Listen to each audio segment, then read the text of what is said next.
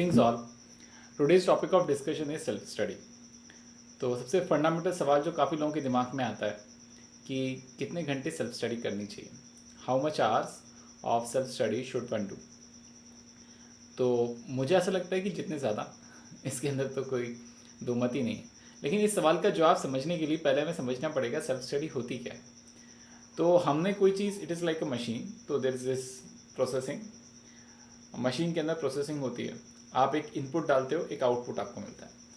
तो आप जब क्लास अटेंड करते हो या कोई चीज़ पढ़ने के लिए किसी के पास जाते हो, तो दैट इज़ लाइक इनपुट। तो आपने इनपुट लिया, अब आप उस चीज़ को प्रोसेस करोगे और एक आउटपुट जनरेट करोगे। That output can be in terms of marks, that can be in terms of knowledge, that can be terms of something creative. लेकिन बेसिक चीज़ है प्रोसेसिंग, मतलब जो हमें इनपुट मिला उसे हमने प्रोसेस कैसे किया।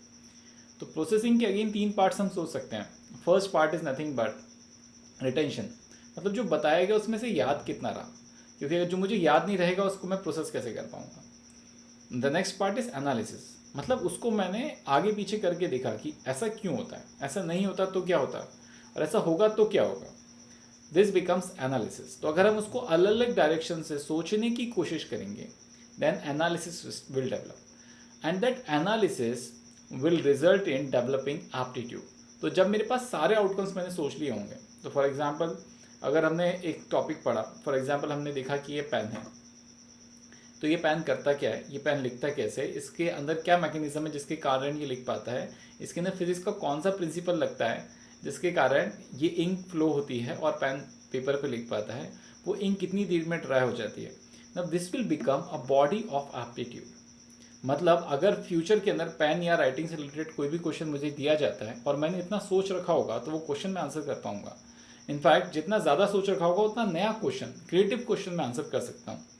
Otherwise that process will become difficult and painful and I will not get result. तो for getting good result you need good aptitude, and for getting good aptitude you need good analysis, और उसके लिए retention ज़रूरी है, good input लेना ज़रूरी है। तो आउटपुट अच्छा हो, इसलिए ये प्रोसेसिंग वाली चीज़ बहुत अच्छी होनी चाहिए, और ये प्रोसेसिंग होती है सेल्फ स्टडी के अंदर। तो सेल्फ स्टडी के तीन पार्ट्स हो गए। The first is retention, the second is analysis, and the third is aptitude building. And the third part being the most important, ultimately अगर ये नहीं होगा तो हमें आउटपुट नहीं मिल पाएगा। नब कि दूसरा सवाल उठता है कि हाउ टू डू इट। तो पढ़ाई करने का तरीका या सेल्फ स्टडी करने का तरीका हमेशा लर्नर पे डिपेंड करता है। मतलब ये इस बात पे डिपेंड करेगा कि आपको क्या सूट करता है as an human being. For example visual learners को देख के किसी चीज़ को बार बार देखना या बार बार अलग अलग फॉर्म्स में देखना ज़्यादा सूट करेगा। ऑडिटरी लर्नर्स को शायद पढ़ के अपने आप को सुनना ज़्यादा सूट करेगा। और काइनेस्थेटिक लर्नर्स को शायद ज़्यादा लिख के कोई चीज़ करना बहुत या करके देखना बहुत सूटेबल लगेगा। What ever the method you use, लेकिन तुम्हें ये हमेशा ध्यान रखना पड़ेगा तुम तीनों लॉजिक्स को, है ना, हमेशा कर रहे हो। इनफैक्ट कुछ लोग लिखते लिखते प्रॉब्लम सॉल्व करते समय बातें करते हैं because they are auditory learners, तो it is a good practice. लिख के उसको देखते हैं, दैट इज़ बिकॉज कि विजुअल लर्नर्स हैं। काइनेस्थेटिक उसको बहुत बार सॉल्व करते हैं ताकि उनको उस चीज़ से ही वो सारा नॉलेज ड्राइव करने की कोशिश करते हैं। So it is very important to figure out what type of learner you are, and you need to orient your learning style based on the type of learner you are. So take a test, एक link मैंने नीचे description में post कर रखा है ना, तो वो लिंक पे क्लिक करके तुम अपनी लर्निंग टाइप समझ सकते हो। Now the question arises, how much to study. अब कितना पढ़ना चाहिए। देखो सेल्फ स्टडी जितनी ज़्यादा करोगे उतना अच्छा। मेरे टीचर मुझे कहते थे जितना गुड़ डालोगे उतना मीठा होगा, तो जितनी ज़्यादा आप कर सकते हो। तो एक दिन के अंदर लगभग आपके पास as an student 13 hours easily होते हैं, जिसमें आप कुछ भी कॉम्प्रोमाइज़ नहीं करना है। आप अपनी सारी एक्टिविटीज़ कर सकते हो। मैंने टाइम मैनेजमेंट की वीडियो में एक्सप्लेन भी किया है कि हमारे पास 30 आवर्स किस तरह से होते हैं एक दिन के अंदर। तो आप 7 से 8 घंटे की सेल्फ स्टडी बहुत ईजिली कर सकते हो।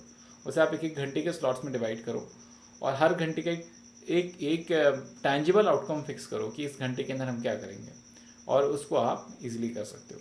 तो जितनी ज़्यादा करोगे उतना अच्छा, जितना कम करोगे उतना कम रिजल्ट, ज़्यादा प्रैक्टिस करेंगे उतना ज़्यादा रिजल्ट। ना more important question is how to do it, क्या करें उसके अंदर बैठ के। तो एक बहुत टेंजिबल और प्रैक्टिकल एक्शन पॉइंट देता हूँ तुमको। तुम्हें बहुत सारे क्वेश्चंस प्रैक्टिस करने चाहिए। सबसे बड़ी बात, सिर्फ प्रैक्टिस नहीं करनी चाहिए, जो भी क्वेश्चन हम चूज करें केयरफुली चूज करना चाहिए। मतलब अगर मेरा क्वेश्चन मैं सॉल्व कर रहा हूँ तो मेरा एप्टीट्यूड ग्रो हो, मेरा नॉलेज ग्रो हो, ये सोच के करना चाहिए।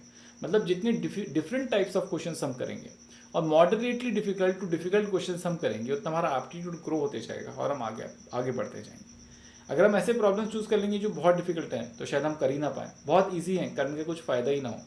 तो बेटर ये कि आप मॉडरेट क्वेश्चंस चूज़ करो, मॉडरेट डिफिकल्टी लेवल के, जो आपको थोड़ी मेहनत करने में आपसे हो जाएं, ऐसे क्वेश्चंस चूज़ करो, उनको सॉल्व करो और एग्जाम ओरिएंटेशन के हिसाब से सॉल्व करो। मतलब टाइम का ध्यान रखो कि मतलब मैंने 1 घंटे में लगभग कितने क्वेश्चन सॉल्व करे, उसका एक रिकॉर्ड मेंटेन करो। क्या मैं इसी पेस से सॉल्व कर रहा हूँ, मेरा पेस कम हो रहा है, मैं पेस बढ़ा कैसे सकता हूँ। कुछ छोटा सा टारगेट है ना, जितना भी हो सकता है उसको सेट करके उन क्वेश्चंस को प्रैक्टिस करने की कोशिश करो। तो जैसे जितने आप टैंजिबली इस चीज़ को प्लान करोगे उतना अच्छा आउटपुट मिलेगा। एक नोटबुक बनाओ जिसके अंदर सारी डेटा को आप नोट करो। This data will become starting point for your analysis, कि यही तुम्हारे एनालिसिस का स्टार्टिंग पॉइंट बनेगा कि मैं किस तरह से अपनी स्टडी को आगे ले जाऊँ, किस तरह से अपनी एफिशिएंसी को इंक्रीज़ करूँ, क्या प्रैक्टिस करूँ कि मुझे ज़्यादा बेटर आउटकम मिल जाए। तो this is the way to do self study. काफ़ी लोग इस तरह से सेल्फ स्टडी नहीं करते हैं और उनको पता ही नहीं होता कि वो किस तरह की गलतियाँ बार बार कर रहे हैं। So to keep a track of your mistakes, to keep a track of your efficiency, to keep a track of your time and self study, and to keep a track of your aptitude, because ultimately जितना aptitude होगा उतने ही marks आएंगे।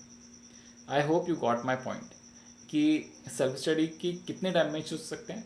सिर्फ time ही important नहीं है, quality of self study भी important है। अपने तरीके से करना है, कितना करना है, ये सारी बातें तुम्हें समझ में आ गई होंगी। Thank you.